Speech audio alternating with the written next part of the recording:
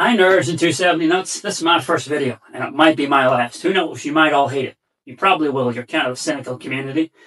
Today we'll be taking a look at the 7 most underrated people in all of 270. And remember, if this offends you, it's just the opinion of one Irish asshole, so I wouldn't worry about it.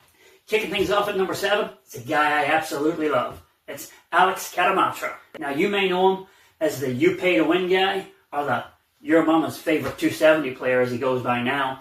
And to be honest, I've asked my mom, well, she likes this guy a lot. It's kind of worrying, so it checks out. Now, Alex arrived in the lounge with the rest of us idiots about 2 years ago, and since then, his stock has been rising faster than a politician's approval rating who promises to bring groceries now. The guy flips states quicker than Florida flips on election night. It's crazy. Personally, I think he's a handful for anyone. He's confident, he's clever, he's just the right amount of smug that makes you want to applaud him or 3-turn rage quit on the guy.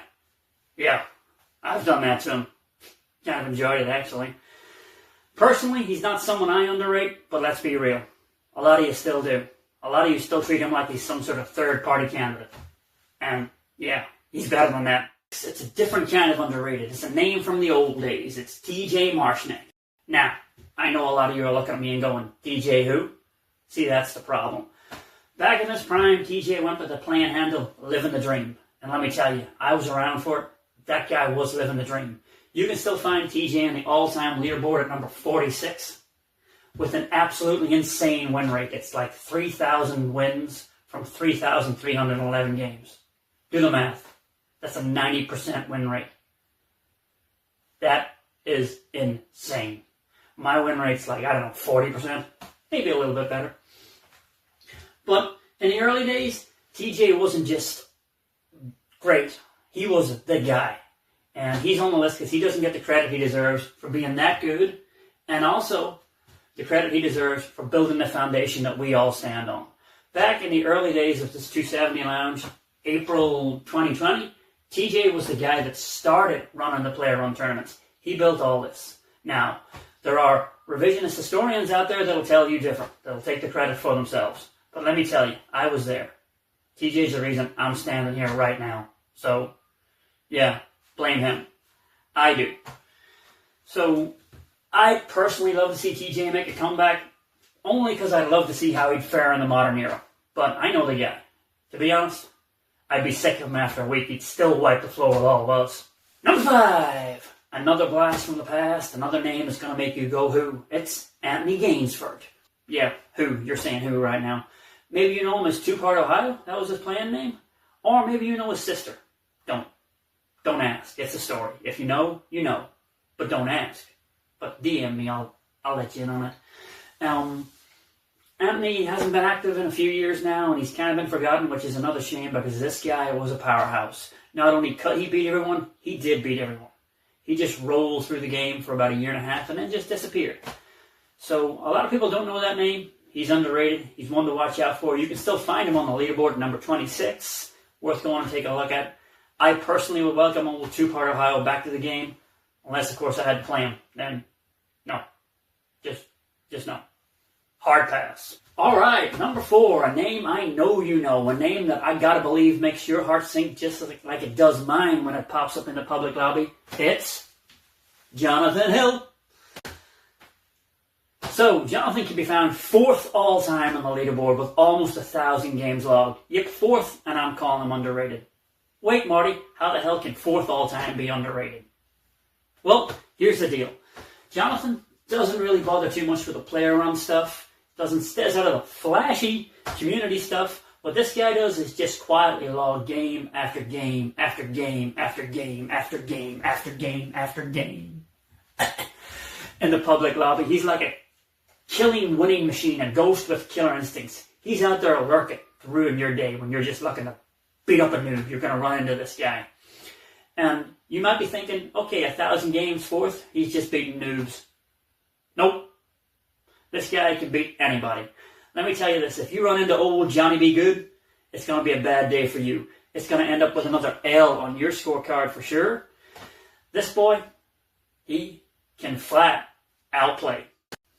Alright. You want some new age talent? Someone a little more lounge active? Let's shine a light on one of the new age monsters and show them some love. Coming in at number 3, it's Gregory Renzel. Gregory, schooled in the dark arts by Peter Pasek. Yeah, that Peter, but we won't hold that against him. Much. I mean, I will, but you don't have to. Gregory in the last year has gone from, hey, you know what, that kid's pretty good, till, oh, do I have to play him again? Yeah, it's kind of depressing he's gone that fast. Look, I'll admit it. The little git beats me most times now. In fact, it's gotten that bad, I normally work on my post-game excuses rather than a strategy actually try and beat the kid. Just watch him play. He's smooth, he's efficient, he's clinically cruising through the rest of us like it's the easy AI. Or, the actual AI, because let's not get into that. The kid's so good, he makes hating the French even easier, so at least we can like that about him. The kid's got talent, he's on an upward trajectory, the Eiffel Tower is the little limit, and I'm just cut up about that for the kid. Yeah, overjoyed. The number 2 spot, who missed out on the elusive number 1 spot by just this much? It's the 51st Stater, it's Canada's own, it's Liam McKay. Now, before we get started, Liam himself has actually slipped a little bit lower down on the old TwoSeventy YouTube community now that I'm here. And look around. That's an impressive feat. This is pretty low. A lot of you old-timers out there might know Liam under the name Emos Luart. Let's say that again. Emos Luart.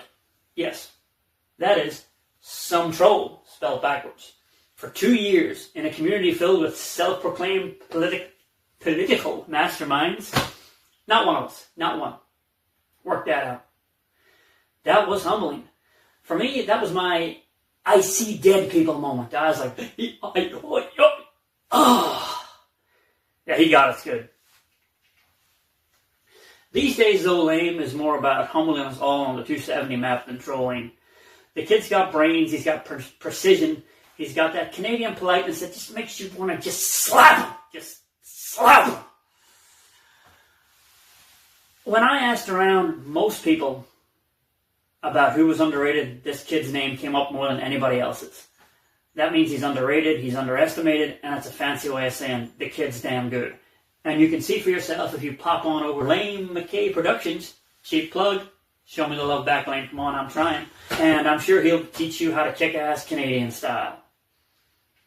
Liam has got map control, he's got clean execution, and he's got trolling. What more do you want? Stay away from the guy.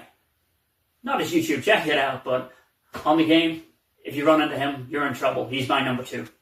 Main event time. Who is the number 1 most underrated player in all of the 270 community? Any guesses? No, not Peter Pasek. And no, Justin Japan. No, the number 1 underrated player is, of course, me. It's me. Who else is it got? No, it's not me. Sadly, it's not. I am heartbroken, and I am kidding, but I am heartbroken still. I do think it's me, but it's not. The number 1 real underrated player in this list goes to the baddest bitch herself, Karina Wilkinson.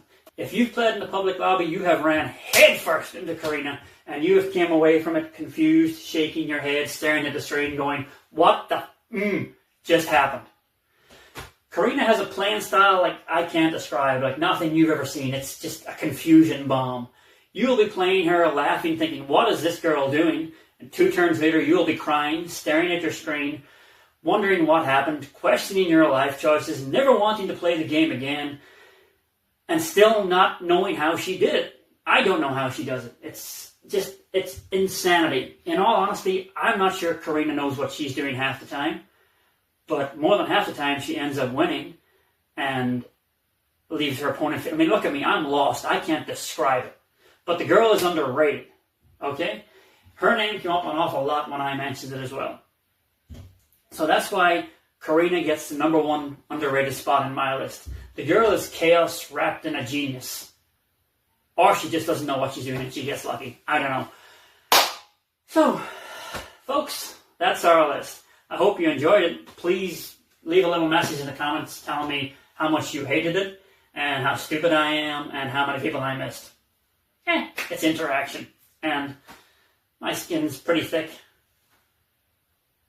Sometimes. Sometimes it's not. So, that's our video, and who knows, if you liked it all, maybe I'll be back soon with the top 7 overrated players. Already got the research done on that one. A few surprising names in there. And if you don't like it, maybe I'll just delete the channel and cry. But that's it for me, so say goodnight, Marty. Good night, Marty.